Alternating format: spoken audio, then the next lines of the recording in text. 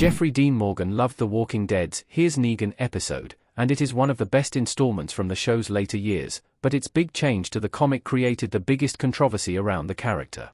In an interview with Entertainment Weekly, the cast of The Walking Dead were asked to name their favorite memories from making the show.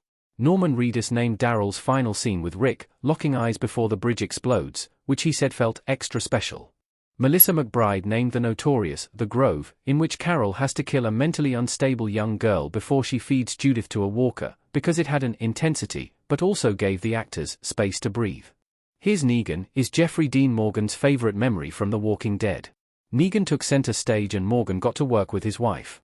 When Morgan was asked to name his favorite Walking Dead episode, he named the Season 10 finale, Season 10, Episode 22, Here's Negan, and it's easy to see why. This was the first episode that put Negan in the spotlight without showcasing his worst qualities as a villain.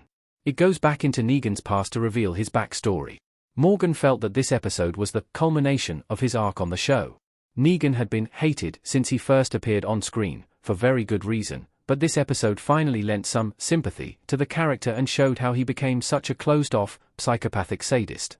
It was rare that Morgan got to play introspective moments as Negan. On a more personal level, Morgan enjoyed shooting Here's Negan because he got to work with his wife, Hilary Burton. Burton plays Negan's late wife, Lucille, in a series of flashbacks. As Carol takes Negan out of Alexandria to ease his tensions with Maggie, he reflects on when he lost his wife and how that led him to this point. The Walking Dead's Negan flashback episode made big changes to the comic book. It changed the tone, the narrative focus, even the ending. Negan smiling in The Walking Dead. The Here's Negan comic book arc is very different from its TV adaptation. Both storylines go back into Negan's past to show his origin story, but they focus on different aspects of his backstory, and they have totally different endings. The comic focuses on how he formed the Saviors, but the TV show focuses on his relationship with his wife. Perhaps the biggest divergence from the comic is that, at the end of the episode, Negan returns to Alexandria to live there full-time. In the comic, he takes off on his own to forge a new path. Not only did this radically change the trajectory of Negan's storyline, it also made the TV version of the character more optimistic. Here's Negan set the stage for Negan's redemption arc in The Walking Dead. Negan's path to redemption was extremely controversial. Maggie and Negan in The Walking Dead, Dead City Season 2 finale. By making Negan a little more sympathetic and showing his tragic backstory, Here's Negan set up the biggest controversy surrounding the character. The episode itself wasn't controversial, it received universal praise from both critics and audiences.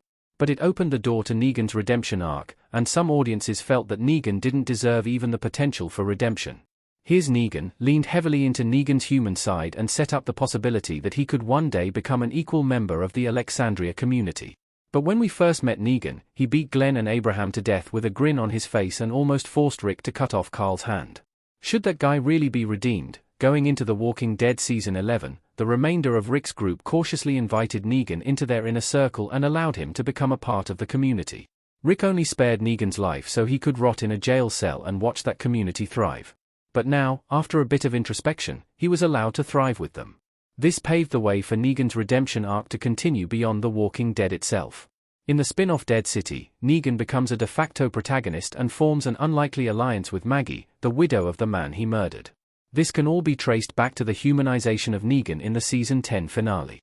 The Walking Dead's Here's Negan was arguably better than the comic book. Whether you love Negan's redemption or hate it, it was a great episode of television. Zombified Lucille reaching for Negan in The Walking Dead. Here's Negan has been hailed as one of The Walking Dead's best episodes. Whether you love Negan's redemption arc or hate it, this was a stellar episode of television. Morgan and Burton's real-life chemistry instantly sells the characters' deep love for each other and long-standing relationship. The narrative gives Negan a clear goal and builds to a heartbreaking twist. The comics version of Negan's backstory was very one-note and stuck to his initial characterization as a heartless monster. The Saviors are basically a cult. It's no great mystery how Negan managed to amass such a fervent following.